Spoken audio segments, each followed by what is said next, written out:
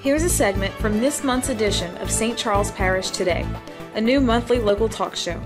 Located in a small office within the Allen Arterbury building on River Road in New Sarpy, the staff of the parish's Department of Community Services quietly carries out its mission to offer programs and services that support the healthy development of children and provide aid to low-income, elderly, handicapped, and other disadvantaged residents of St. Charles Parish.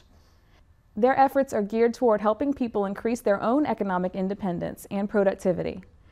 And with a new director on board, the department is increasing its ability to partner with outside organizations to fulfill that mission statement. With me to discuss the many facets of the Department of Community Services is Director Joan Diaz. Thank you so much for being on the show today to talk about your department. Well, thank you. It's my favorite topic these days.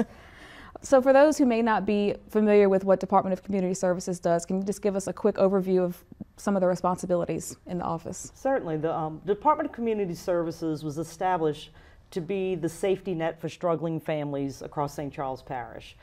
We provide an array of services and supports to individuals, to the elderly, to recently unemployed, or anyone who is in a crisis situation. They can come to us for a variety of assistance.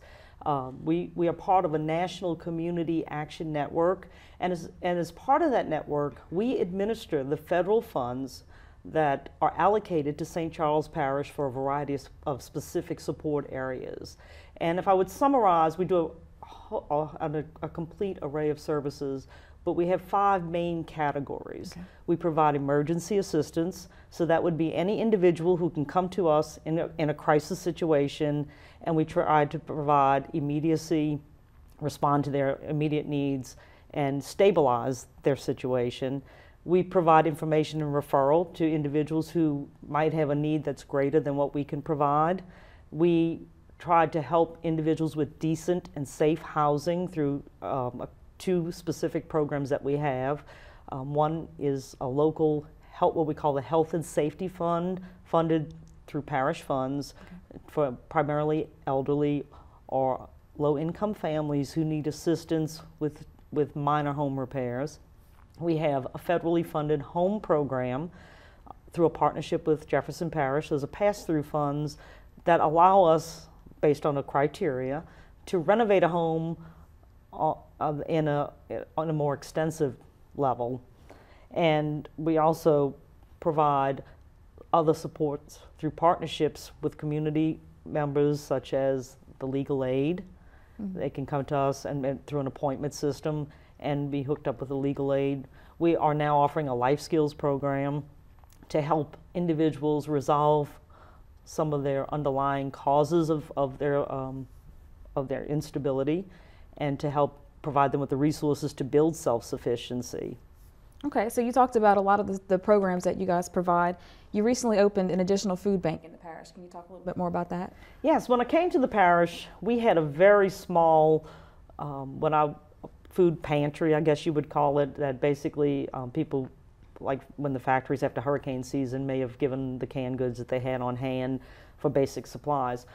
But I started an intake process to gather more accurate data on the needs of the clients coming to us, not just what they came to us for, but what other needs they may have had that we were unable to respond. And I think food was a high priority area. And so I established a partnership with Second Harvesters of Greater New Orleans, which is the national food bank. And so now we are an official Second Harvest site. We've decided to work in partnership. There are other food banks in the parish. Some give out food on a monthly basis, since we are the crisis food bank. So individuals can come to us up to once a month under crisis situations, and they must qualify based on income factors as well. And if people want to donate to that food bank, how can they do that? We are supplementing, because Second Harvesters gets donations nationally, but it is limited. You may get a boatload of beans one month, but you don't have the variety that you need. So we do try to supplement the items in the food bank. And so individuals can contact our office with any food donations. We accept cash, where we would actually go to Sam's and purchase certain foods that we know, for example, peanut butter for children in families. We want to have things like that would be appropriate for them.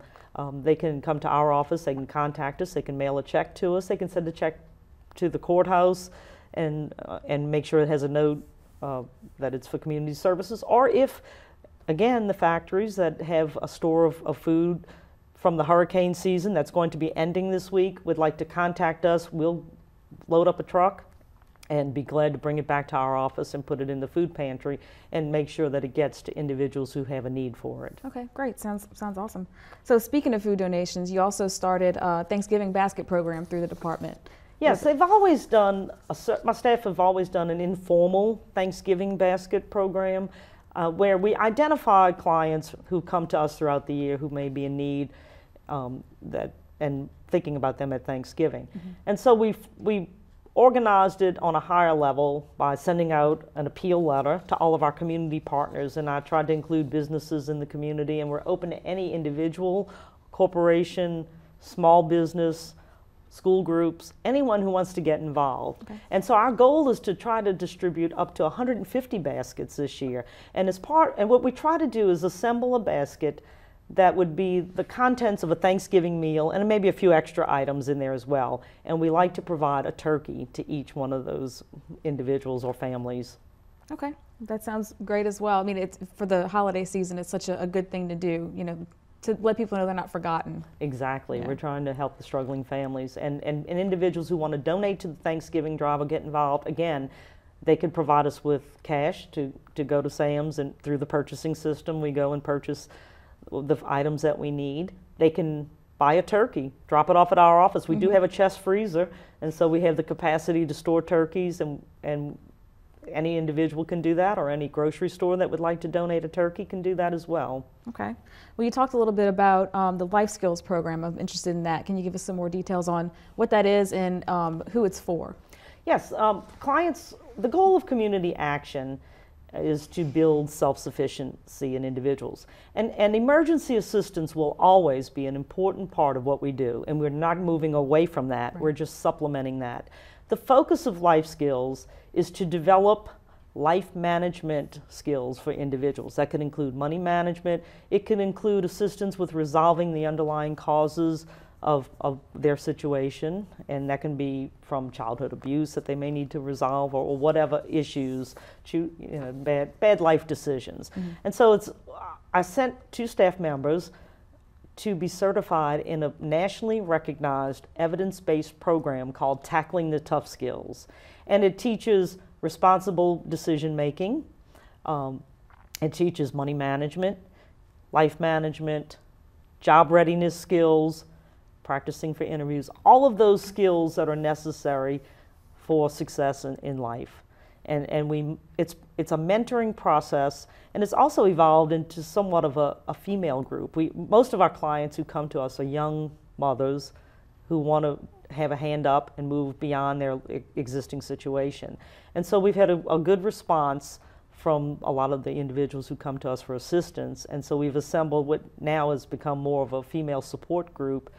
In addition, I have Kingsley House, which is a program out of New Orleans, who has expertise in family preservation, multisystemic therapy, a lot of years of experience. And so they are providing us with a crisis counselor who works with the individuals in the Life Skills program on a one-on-one confidential basis.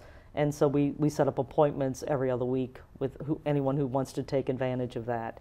And we hope to expand that to our St. Rose Center and perhaps try to establish a male empowerment group. Okay. Well, very, very good information. For people who are watching, what's your phone number and how can they get more information? They can contact us at our office on River Road, and it's 985-764-7944.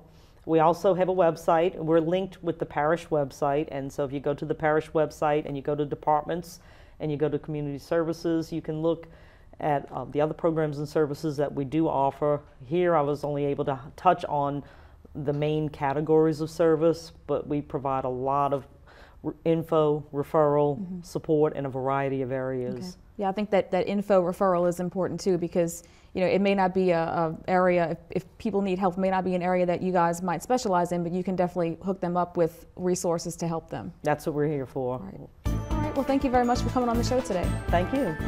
Catch the entire episode right here on Channel 6, daily at 5 p.m. or watch anytime at scptoday.com.